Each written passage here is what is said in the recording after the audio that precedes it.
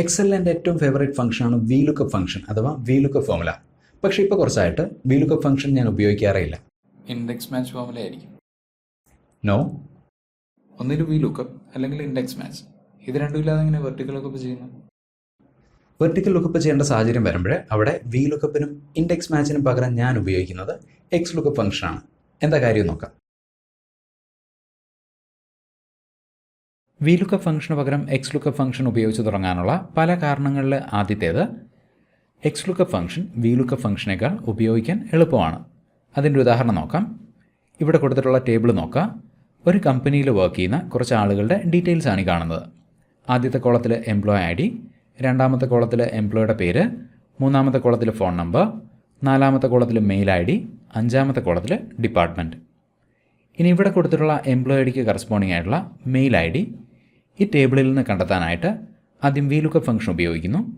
ഈ cell select ചെയ്യുന്നു. Formula ബാറിൽ ഈക്വൽ VLOOKUP ബ്രാക്കറ്റ് ഓപ്പൺ ചെയ്യുക.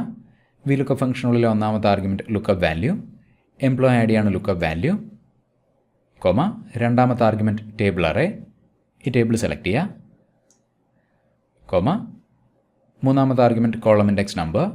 നമുക്ക് കണ്ടെത്തേണ്ടത് മെയിൽ ID ആണ്. മെയിൽ ID ഉള്ളത് ഈ ടേബിളിലെ നാലാമത്തെ കോളത്തിലാണ്. സോ 4 ആണ് കോളം ഇൻഡെക്സ് നമ്പർ. 4, കോമ നാലാമത്തെ ആർഗ്യുമെൻറ്റ് റേഞ്ച് ലുക്കപ്പ്, എക്സാക്ട് മാച്ചിന് വേണ്ടി ഫോൾസ്. എൻ്റർ. നോക്കുക, XNC 683 എന്ന എംപ്ലോയി ഐഡിക്ക് കറസ്പോണ്ടിങ് ആയിട്ടുള്ള mail ID VLOOKUP function return ചെയ്തു. ഇനി XLOOKUP ഫംഗ്ഷൻ ഉപയോഗിച്ചിട്ട് മെയിൽ ID എങ്ങനെയാണ് കണ്ടെത്തുന്നത് നോക്കാം. ഈ സെല്ല് സെലക്ട് ചെയ്യുന്നു. ഫോർമുല ബാറിൽ ഈക്വൽ XLOOKUP ബ്രാക്കറ്റ് ഓപ്പൺ ചെയ്യുക.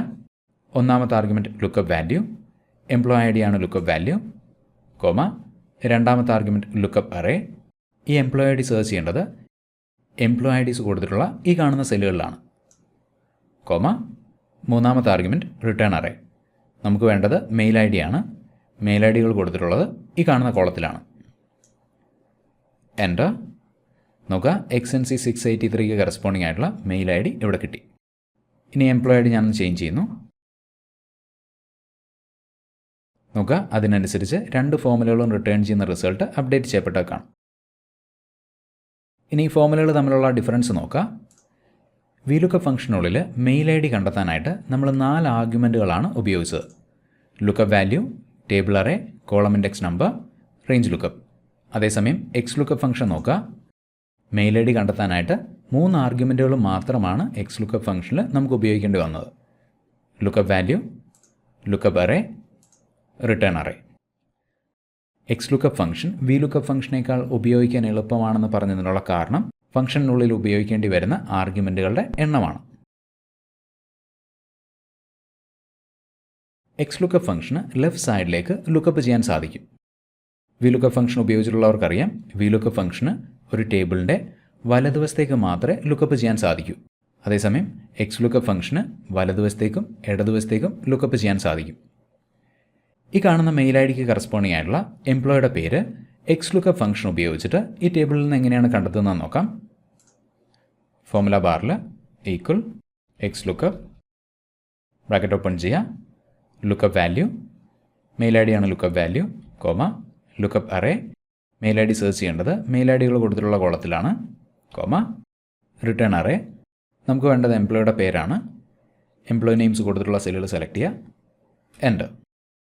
നോക്കുക, ഈ മെയിൽ IDക്ക് കറസ്പോണ്ടിങ് ആയിട്ടുള്ള എംപ്ലോയിയുടെ പേര് ഇവിടെ കിട്ടി. അതേസമയം നേരത്തെ പറഞ്ഞ പോലെ VLOOKUP ഫംഗ്ഷൻ മാത്രം ഉപയോഗിച്ചിട്ട് ഇടതുവശത്തേക്ക് നമുക്ക് ലുക്കപ്പ് ചെയ്യാൻ സാധിക്കില്ല. അതിന് VLOOKUP ഫംഗ്ഷനെ ചൂസ് ഫംഗ്ഷനുമായിട്ട് കമ്പൈൻ ചെയ്യേണ്ടി വരും. ആ ഫോർമുലയിൽ നിന്ന് വളരെ പെട്ടെന്ന് നോക്കാം.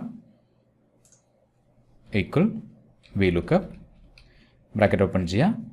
ലുക്കപ്പ് വാല്യൂ, മെയിൽ ID ആണ് lookup value, comma table array. ഇവിടെ ചൂസ് ഫംഗ്ഷൻ ഉപയോഗിക്കുന്നു. ചൂസ് ബ്രാക്കറ്റ് ഓപ്പൺ ചെയ്യുക. ഓപ്പൺ കേളി ബ്രാക്കറ്റ് 1,2 കേളി ബ്രാക്കറ്റ് ക്ലോസ് ചെയ്യുക, കോമ വാല്യൂ 1. ഇവിടെ മെയിൽ ID ആണ് നമുക്ക് സെർച്ച് ചെയ്യേണ്ടത്. മെയിൽ IDകൾ കൊടുത്തിട്ടുള്ള സെല്ലുകൾ സെലക്ട് ചെയ്യുക, കോമ വാല്യൂ 2. നമുക്ക് കണ്ടെത്തേണ്ടത് എംപ്ലോയിയുടെ പേരാണ്. എംപ്ലോയി നെയിംസ് കൊടുത്തിട്ടുള്ള സെല്ലുകൾ സെലക്ട് ചെയ്യുക, ബ്രാക്കറ്റ് ക്ലോസ് ചെയ്യുക, കോമ കോളം ഇൻഡെക്സ് നമ്പർ. ഇവിടെ പറഞ്ഞിട്ടുള്ള രണ്ടാമത്തെ കോളത്തിലാണ് എംപ്ലോയി നെയിംസ് ഉള്ളത്. സോ 2 ആണ് column index number. 2, comma exact മാച്ചിന് വേണ്ടി ഫോൾസ്, ബ്രാക്കറ്റ് ക്ലോസ് ചെയ്യുക, എൻ്റർ. രണ്ട് ഫോമുലയും തമ്മിലുള്ള വ്യത്യാസം നോക്കുക. ഇടതുവശത്തേക്ക് ലുക്കപ്പ് ചെയ്യാനായിട്ട് VLOOKUP ഫംഗ്ഷൻ നമുക്ക് ചൂസ് ഫംഗ്ഷനുമായിട്ട് കമ്പൈൻ ചെയ്യേണ്ടതായിട്ടുണ്ട്. അതേസമയം വളരെ എളുപ്പത്തിൽ XLOOKUP ഫംഗ്ഷൻ ഉപയോഗിച്ചിട്ട് ലെഫ്റ്റ് സൈഡിലേക്ക് ലുക്കപ്പ് ചെയ്യാൻ സാധിക്കും. XLOOKUP ഫംഗ്ഷന് ലുക്കപ്പ് വാല്യൂവിനെ കണ്ടെത്താൻ സാധിച്ചില്ല എന്നുണ്ടെങ്കിൽ നമ്മൾ പറയുന്ന കസ്റ്റം വാല്യൂ റിട്ടേൺ ചെയ്യാൻ സാധിക്കും. അതിൻ്റെ ഉദാഹരണം നോക്കാം. ഈ കാണുന്ന എംപ്ലോയി നെയിമിന് കറസ്പോണ്ടിങ് ആയിട്ടുള്ള മെയിൽ ID ഈ ടേബിളിൽ നിന്ന് കണ്ടെത്താനായിട്ട് VLOOKUP ഫംഗ്ഷൻ ഉപയോഗിക്കുന്നു.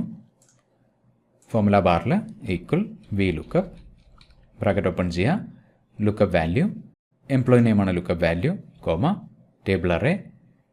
ഈ കാണുന്ന 3 കോളങ്ങൾ സെലക്ട് ചെയ്യുക. ഇതാണ് നമ്മുടെ ടേബിൾ അറേ, കോമ മൂന്നാമത്തെ ആർഗ്യുമെൻറ്റ് കോളം ഇൻഡെക്സ് നമ്പർ. നമുക്ക് വേണ്ടത് മെയിൽ ID ആണ്. മെയിൽ ID ഉള്ളത് ഈ സെലക്ട് ചെയ്ത ടേബിളിലെ 3ാമത്തെ കോളത്തിലാണ്. So 3 column index number, comma exact മാച്ചിന് വേണ്ടി ഫോൾസ്, എൻ്റർ. നോക്കുക, ഈ എംപ്ലോയി നെയിമിന് കറസ്പോണ്ടിങ് ആയിട്ടുള്ള മെയിൽ ID ഇവിടെ കിട്ടി. ഇനി XLOOKUP ഫംഗ്ഷൻ ഉപയോഗിച്ച് മെയിൽ ID കണ്ടെത്താനായിട്ട് equal XLOOKUP, lookup value, employee നെയിമാണ് lookup value, comma lookup array. Employee name search ചെയ്യേണ്ടത് ഈ കാണുന്ന സെല്ലുകളിലാണ്, കോമ റിട്ടേൺ അറേ. നമുക്ക് വേണ്ടത് മെയിൽ ID ആണ്. മെയിൽ IDകൾ കൊടുത്തിട്ടുള്ള സെല്ലുകൾ സെലക്ട് ചെയ്യുക, കോമ 4ാമത്തെ ആർഗ്യുമെൻറ്റ് ഇഫ് നോട്ട് ഫൗണ്ട്. ഈ കാണുന്ന എംപ്ലോയി നെയിം ലുക്കപ്പ് അറേയിൽ കണ്ടെത്താൻ സാധിച്ചില്ല എന്നുണ്ടെങ്കിൽ റിട്ടേൺ ചെയ്യേണ്ടുന്ന വാല്യൂ. ഇവിടെ double quotes employee not found എന്ന് ടൈപ്പ് ചെയ്യുന്നു, ഡബിൾ കോട്ട്സ്. എന്ത് വാല്യൂ വേണമെങ്കിലും ഇവിടെ ഉപയോഗിക്കാവുന്നതാണ്. ബ്രാക്കറ്റ് ക്ലോസ് ചെയ്യുക, എൻ്റർ. ഇനി ഈ ടേബിളിൽ ഇല്ലാത്ത ഒരു ടെക്സ്റ്റ് ഞാനിവിടെ ഉപയോഗിക്കുന്നു, XYZ. നോക്കുക, VLOOKUP formula not available error ആണ് ഇവിടെ കാണിക്കുന്നത്. അതേസമയം XLOOKUP ഫംഗ്ഷൻ നമ്മൾ സ്പെസിഫൈ ചെയ്ത കസ്റ്റം വാല്യൂ ആണ് റിട്ടേൺ ചെയ്യുന്നത്. ഇനി ടേബിളിലുള്ളൊരു പേര് ഉപയോഗിക്കുന്നു, അമിത് രഞ്ജൻ. വീണ്ടും ടേബിളിലില്ലാത്തൊരു പേര്. നോക്കുക, XLOOKUP ഫംഗ്ഷൻ നമ്മൾ കൊടുത്ത കസ്റ്റം വാല്യൂ ആണ് റിട്ടേൺ ചെയ്യുന്നത്. ഇനി VLOOKUP ഫംഗ്ഷൻ റിട്ടേൺ ചെയ്യുന്ന എററിന് പകരം ഇങ്ങനെയൊരു കസ്റ്റം വാല്യൂ വരണമെന്നുണ്ടെങ്കിൽ VLOOKUP ഫംഗ്ഷന് മുന്നിൽ ഇഫ് എറർ ഫംഗ്ഷൻ ഉപയോഗിക്കാം. If error, comma double quotes employee not found, double quotes, bracket close ചെയ്യുക, എൻ്റർ.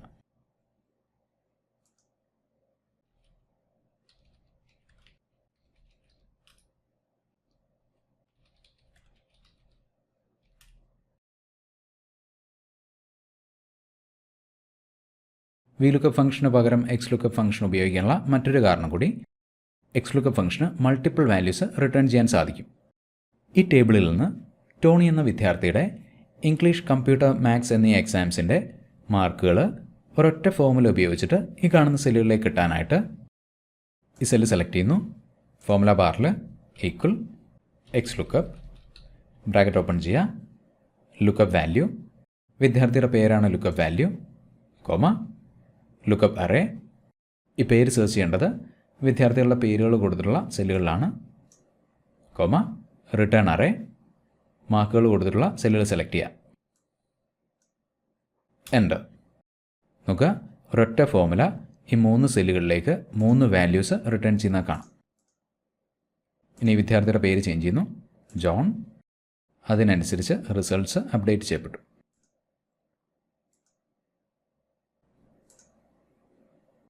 നിങ്ങളുടെ എക്സലിൽ XLOOKUP ഫംഗ്ഷൻ കിട്ടുന്നില്ല എന്ന് കരുതി വിഷമിക്കേണ്ട കാര്യമില്ല. XLOOKUP ഫംഗ്ഷൻ എക്സൽ ഓൺലൈനിൽ അവൈലബിൾ ആണ്. എക്സൽ ഓൺലൈൻ തികച്ചും ഫ്രീ ആയിട്ട് ഉപയോഗിക്കാൻ സാധിക്കുന്ന ഒരു ആപ്ലിക്കേഷനാണ്. എക്സൽ ഓൺലൈൻ ഫ്രീ ആയിട്ട് എങ്ങനെ ആക്സസ് ചെയ്യാം എന്നതിനെക്കുറിച്ച് മുമ്പൊരു വീഡിയോയിൽ വളരെ വിശദമായിട്ട് ഞാൻ എക്സ്പ്ലെയിൻ ചെയ്തിരുന്നു. സോ എത്രയും പെട്ടെന്ന് XLOOKUP ഫംഗ്ഷൻ ഉപയോഗിച്ച് തുടങ്ങാം. മറ്റൊരു എക്സലിൻ്റെ വീഡിയോ ആയിട്ട് വീണ്ടും കാണുന്നതായിരിക്കും. Thank you for watching. Wish you a great day.